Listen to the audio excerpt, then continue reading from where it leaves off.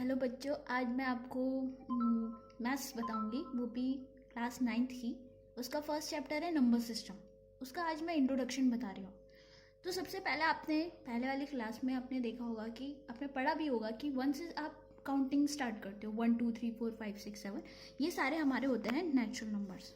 तो इसको शो करते हैं एन से। फर्स्ट लेटर नेचुरल नंबर का एन से स्टार्ट होता है, इसलिए इसे एन से शो करते हैं। और यहाँ पे 1 2 3 4 डैश डैश डैश और ये हमारा इन्फिनिटी।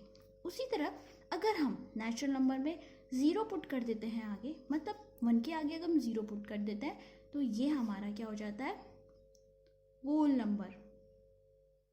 ठीक है, वोल मतलब ज़ीरो। ठीक है, आप अगर कभी कंफ्यूज होंगे तो आप यहाँ पे ये याद रखना, होल मतलब क्या होता है, छेद, होल। तो यहाँ पर ज़ीरो हमने पुट कर दिया, मतलब हम इसे ऐसे लिख सकते हैं, ज़ीरो प्लस नेचुरल नंबर लिख सकते हैं।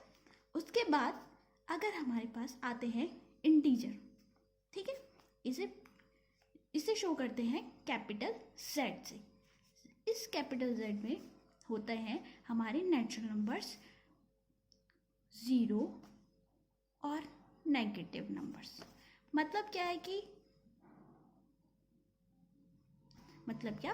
कि जैसे हमारे पास नेचुरल नंबर्स, सारे जो नेचुरल नंबर्स होते हैं वो पॉजिटिव नंबर्स,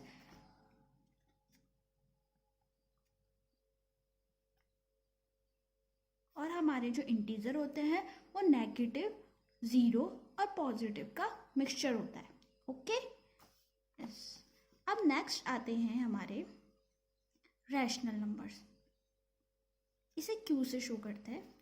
इसमें आपने पहली क्लास में पढ़ा होगा फ्रैक्शन, जिनको हम p अपॉन क्यू की फॉर्म में रख सकते हैं। मतलब जैसे हमारे पास हो जाते हैं 2/3, 4/5, और आप देखोगे 2 भी एक रैशनल नंबर है अगर हम इसके नीचे 1 पुट कर देते हैं। तो ये सारे नंबर जो हमारे होते हैं वो होते हैं रैशनल नंबर्स। अब इसका मतलब ये है कि जितने भी हमारे पास इंटीजर होते हैं वो सारे क्या होते हैं, रैशनल नंबर्स। समझ में आया?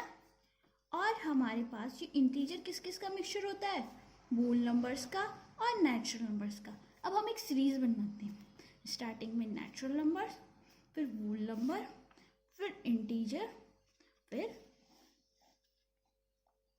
Rational numbers. मतलब all the natural numbers are whole number, all the whole numbers are integer number, और all the natural plus whole plus integer is rational number. समझ में आया? अब हम देखते हैं इसके अलावा भी एक और नंबर होता है, वो होता है इरेशनल नंबर। अब ये इरेशनल नंबर्स क्या होते हैं, जो भी हमारे पास प्राइम नंबर्स होते हैं। आपको प्राइम नंबर्स पता है, जैसे जिनके एक तो वो फैक्टर होते हैं 1 के और एक खुद के, मतलब इटसेल्फ। ठीक है, उनका जब हम फैक्टर करेंगे ये तो उनका फैक्टर 1 होगा या फिर वो खुद होंगे। तो ऐसे नंबर्स होते हैं हमारे प्राइम नंबर्स। तो प्राइम नंबर्स अगर रूट के अंदर होते हैं, जैसे √2 या फिर √3 तो या फिर √5, तो वो होंगे हमारे इरेशनल नंबर्स। समझ में आया? अब हमारे पास ये सब हो गया। उसके बाद अब हमारे पास आता है रियल नंबर। रियल नंबर होता है rational numbers plus irrational numbers का मिक्सचर। समझ में आया? इसका मतलब क्या है कि जितने भी रैशनल नंबर्स, ये natural plus whole plus integer है, और जितने भी इरेशनल नंबर्स हैं वो सब क्या है, हमारे रियल नंबर। इतना समझ में आया? एक और चीज़ है कि रैशनल नंबर्स को हम एक और चीज़ से शो कर सकते हैं, वो होते हैं हमारे, एक होता है हमारा टर्मिनेटिंग और एक होता है नॉन टर्मिनेटिंग रिपीटिंग। ये सब डेसिमल एक्सपेंशन के थ्रू हम इसको शो करते हैं। मतलब टर्मिनेटिंग मतलब क्या होता है कि जो जिसका एंड हो गया है, जैसे हम यहाँ पे देखते हैं 10/5, तो हम लिख सकते हैं 2, उसके बाद हम कुछ नंबर नहीं लिखते।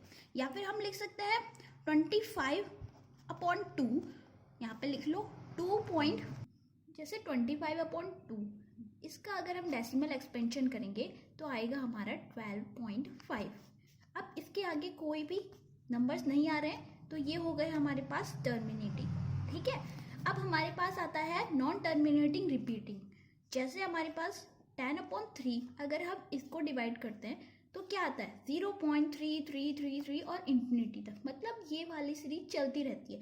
यहाँ पर नंबर कौन सा रिपीट हो रहा है, 3 पॉइंट के बाद 3 रिपीट हो रहा है। तो जो नंबर रिपीट होता है उसे उसके ऊपर एक डैश लगा देते हैं जिसे बोलते हैं बार।